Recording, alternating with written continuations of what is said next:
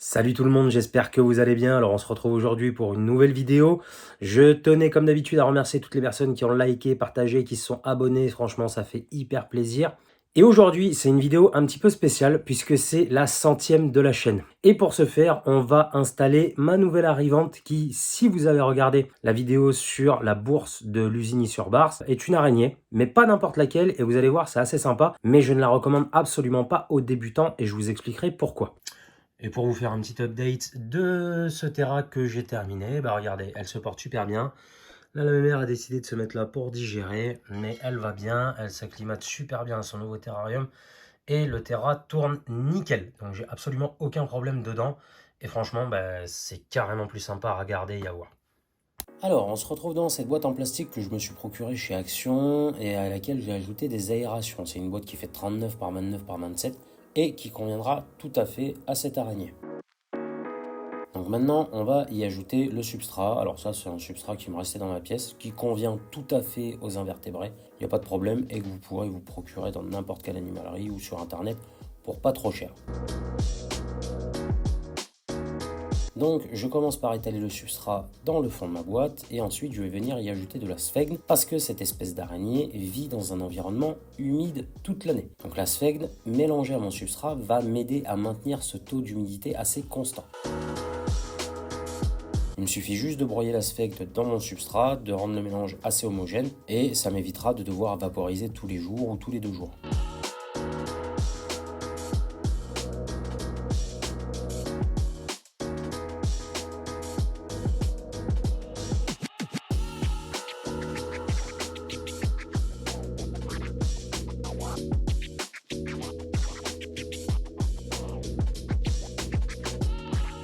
Donc là, j'ai rajouté du substrat vraiment pour rendre le mélange le plus homogène possible. Je veux pas qu'il y ait de gros morceaux de sphègne qui restent, ça me servira à rien.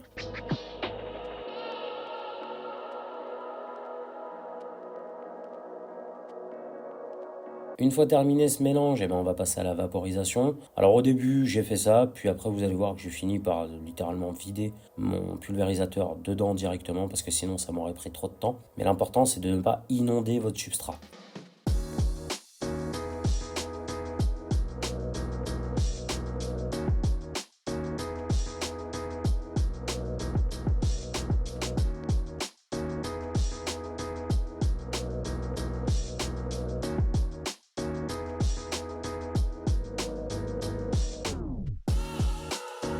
Voilà, et là vous voyez, j'obtiens le mélange que je voulais. J'ai une terre qui est humide mais pas détrempée. Et c'est hyper important que vous fassiez la différence parce que si votre terre est détrempée, eh ben vous allez avoir trop d'humidité, des moisissures qui vont se développer et ça peut potentiellement tuer votre animal. Donc assurez-vous que votre terre ne soit pas détrempée. Pour ça, vous la serrez juste entre vos doigts et il ne faut pas qu'il y ait d'eau qui perle.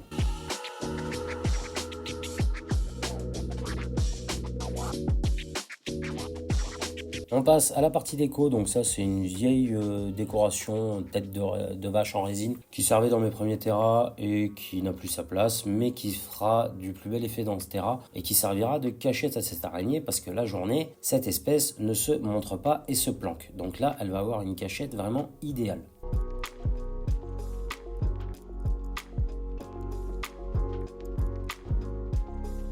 Ensuite, on va venir mettre quelques branches déjà pour donner du volume à mon décor et ensuite pour avoir un aspect quand même assez naturel. Et avec les invertébrés, encore plus qu'avec les reptiles, il va falloir que vous fassiez attention à ce que votre décor soit bien calé. Donc pour caler ce décor, moi j'ai décidé d'utiliser de la mousse que j'ai trouvée dans mon jardin qui donnera encore plus cet aspect naturel, mais en plus évitera que mon décor bouge et maintiendra ce taux d'humidité dont cette espèce a besoin.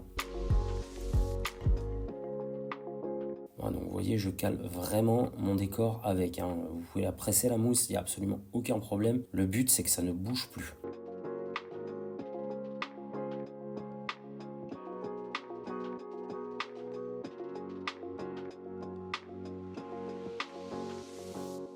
Et ensuite, pour éviter que cette mousse crève, je vais venir la pulvériser un petit coup. Et voilà. Mais là, mon décor est terminé et je trouve l'aspect visuel assez sympa. J'ai plus qu'à nettoyer les côtés de mon bac pour pouvoir y voir quelque chose. C'est quand même un petit peu plus esthétique. Et ensuite, on va pouvoir passer au transfert.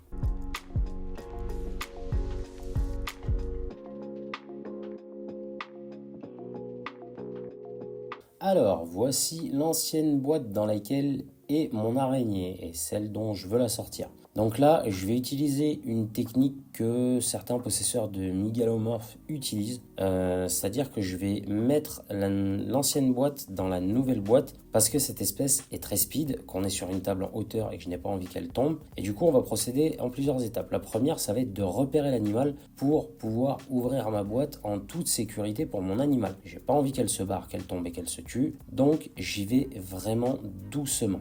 Et pour toute la phase qui va suivre, si jamais vous voulez reproduire ça chez vous, le meilleur conseil que je puisse vous donner, c'est de prendre votre temps, vous poser, réfléchir à ce que vous faites avant de vous engager dans le processus. C'est hyper important. Les invertébrés sont des animaux très fragiles, donc ne faites pas les choses à l'arrache.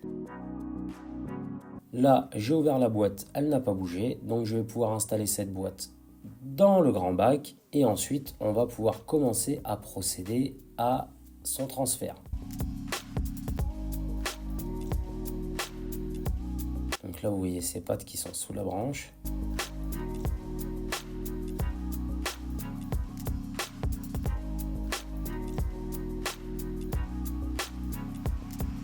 Donc maintenant, je vais procéder en plusieurs étapes. La première, je vais déterminer quel décor je peux enlever en premier sans trop stresser mon animal.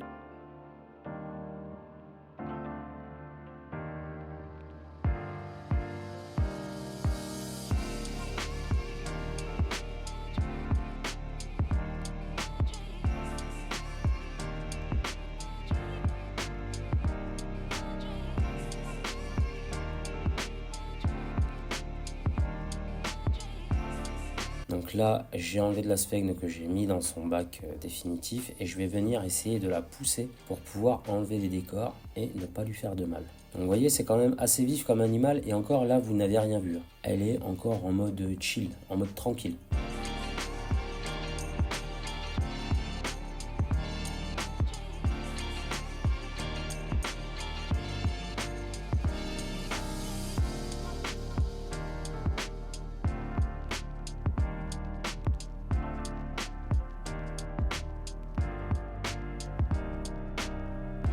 On va enlever la branche et je vais en profiter pour vous montrer le cocon qu'elle m'avait fait.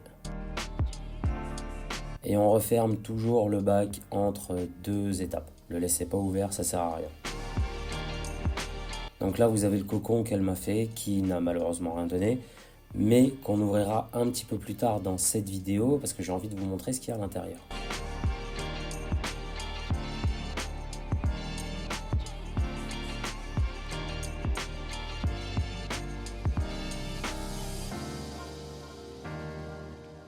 Et maintenant, je vais pouvoir enlever ce gros morceau de liège et vérifier une chose, c'est qu'il n'y a pas de parasites sur ce liège, car oui, les invertébrés peuvent aussi être atteints de parasites externes qui ne sont absolument pas bons pour leur santé.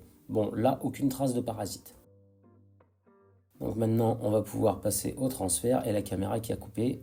Et du coup, là, où est-elle? Et bien en fait, au moment où j'ai voulu la faire sortir, elle s'est tapé un coup de speed et elle est partie se foutre sous la boîte. Donc j'avais déjà vu des cas comme ça sur internet et j'ai décidé d'utiliser la technique qui consiste à gratter le fond de la boîte pour essayer de la faire sortir ou tout du moins qu'elle ne reste pas sous le fond de la boîte. Donc là j'ai gratté, je referme.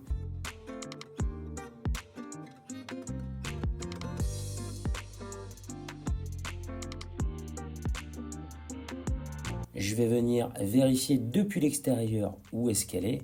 Donc j'ai vu qu'elle était posée sur un morceau de mousse. Et maintenant, je vais pouvoir retirer cette boîte tout doucement. Alors prenez votre temps avec les arachnides, il faut vraiment y aller tranquille, c'est des animaux qui stressent vite. Donc vous retirez ça en douceur, vous paniquez pas, et la voilà. Regardez-moi ça comme elle est magnifique. Donc Piloctenus, c'est une araignée qui nous vient d'Afrique et qui vit dans les forêts tropicales, d'où un terrarium humide, c'est hyper important. Et ensuite, c'est une espèce qu'on ne connaît pas énormément dans son milieu naturel parce qu'elle est très discrète et il y a très peu d'études qui sont faites sur cette espèce. Et là, vous voyez, j'ai remis le couvercle, elle s'est vite barrée.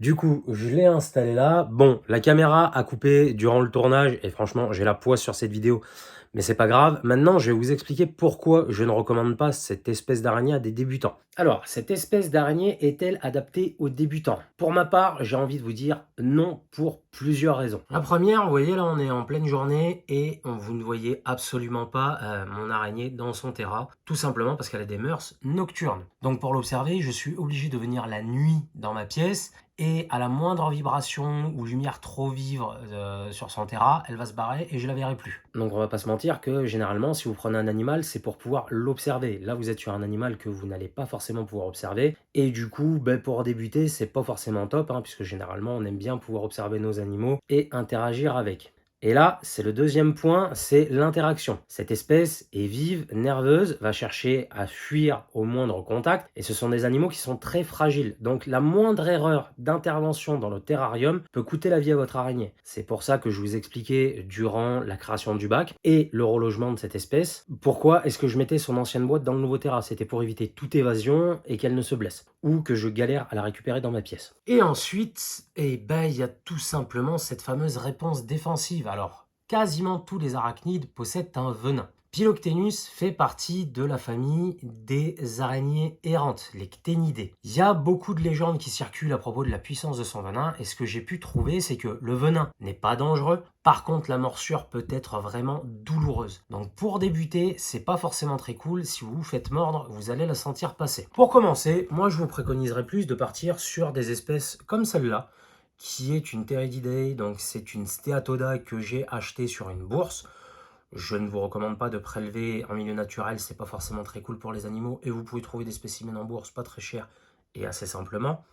Et là, vous allez pouvoir avoir des interactions beaucoup plus simples, c'est beaucoup moins speed, et franchement, niveau observation, vous n'allez pas être déçu. Après, vous avez toujours les fameuses Phidipus regius qui sont de superbes arachnides pour commencer. Et une fois que vous êtes fait la main, on va dire, avec une arachnide pour débutants, vous allez pouvoir augmenter petit à petit votre level. Vous allez pouvoir passer par de l'hétéropodia, par de l'olconia, par de la cuculcania. Enfin, il y a plein d'espèces d'araignées qui conviendront, mais je ne vous recommande vraiment pas de partir sur une Philoctenus pour démarrer. Ça risque de vous dégoûter, vous allez vous en séparer. Enfin, c'est absolument pas le but. Et du coup, on va passer à l'ouverture du cocon qui n'était pas viable, juste pour voir ce qu'il y avait dedans. Bon, le vendeur m'avait dit que cette araignée n'avait pas été mise en contact avec un mâle, donc il y avait très peu de chances que le cocon donne quelque chose. Mais des fois, on peut avoir des jolies surprises avec la reproduction des animaux, notamment grâce à la parthénogenèse, dont je vous parlerai dans une autre vidéo. Donc j'ai gardé espoir. Bon, il a rien donné, c'est pas grave, mais on va quand même l'ouvrir, voir ce qu'il contient. On va le décoller tout doucement. Alors vous voyez les cocons de Philoctenus, ça a quand même une forme bien particulière, hein. Ça fait une espèce de demi-boule et croyez-moi, les fils qui tiennent le cocon sont hyper costauds. C'est résistant, un truc de dingue. C'est la première fois que j'ouvre un cocon d'araignée, hein, donc m'en veuillez pas. J'ai mis des gants. Hop. Ah ouais, non, c'est hyper costaud, il va falloir que je le découpe. C'est impressionnant. Ça a un aspect un petit peu papier cartonné. Je sais pas si vous entendez le bruit que ça fait. Wow, c'est hyper costaud.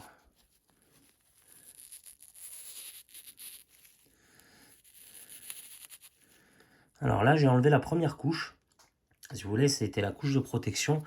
Et le vrai du cocon est vraiment à l'intérieur.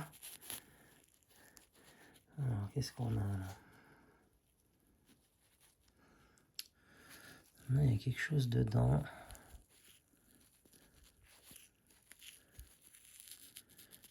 Je ne saurais pas dire ce que c'est.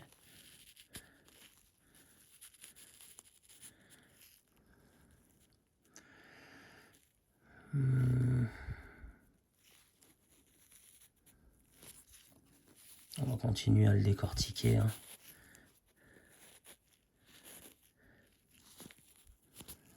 Ça forme une boule hyper dure. Je dis, c'est la première fois que j'ouvre un cocon d'araignée. Donc là, vous avez le vrai cocon. Voilà. C'est là-dedans que normalement les œufs sont contenus. Et vous voyez, eh ben, il y avait des œufs, mais ils n'ont rien donné de viable. Voilà, il n'y a pas d'araignée à l'intérieur. On a juste une forme. Voilà, ça, ce que vous voyez là, c'est des œufs qui n'ont rien donné, malheureusement. Bon, c'est tout sec, hein, c'est tout dur. Mais voilà, donc vous voyez en fait un cocon d'araignée, c'est en deux parties. Vous avez cette espèce de couche là, protectrice, qui va protéger le cocon en lui-même, qui est là. Et les œufs sont contenus dans le cocon, donc c'est vraiment bien foutu. C'est pas fait au hasard, hein. Ça va protéger les œufs des aléas, des intempéries, voire même des prédateurs. Mais du coup, celui-là n'aura rien donné, c'est dommage. Et je vous montre, j'espère que vous allez bien le voir. Et là, ce que vous voyez entre mes doigts, c'est les œufs qui n'étaient pas fécondés, donc pas viables. Et du coup, ils ont séché au fur et à mesure du temps. Et voilà ce que ça donne. Bon, je vais le garder, ça peut toujours être intéressant pour apprendre aux enfants tout ça, à quoi ressemble un cocon d'araignée. Et par contre, la structure de la toile, c'est impressionnant. Les soies sont hyper résistantes. C'est waouh. Je m'attendais pas à ça.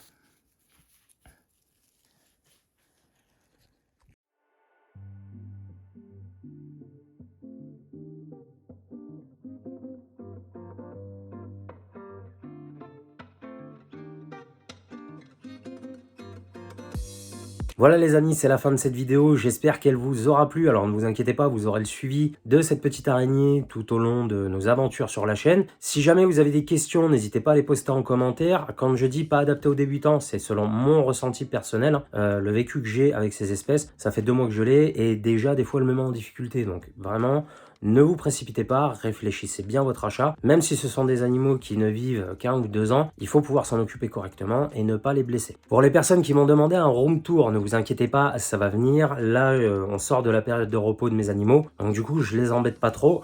Et je pense que ça prendra plusieurs épisodes parce que je vous raconterai chaque histoire de chaque animal et je vous expliquerai pourquoi je l'ai pris. Mais ne vous inquiétez pas, ça viendra. Ne vous faites pas de soucis. Et pareil, pour l'apéro terrario, je suis en train de préparer ça. Je suis en train d'essayer de m'habituer au live sur YouTube parce que c'est pas un truc que j'ai l'habitude de faire, donc je vois pas qu'il y ait de couac. Mais vous inquiétez pas, je vous dévoilerai la date soit dans un short, soit dans une vidéo. Et de toute façon, je vous mettrai un post sur la chaîne et vous pourrez y accéder via le lien que je vous mettrai.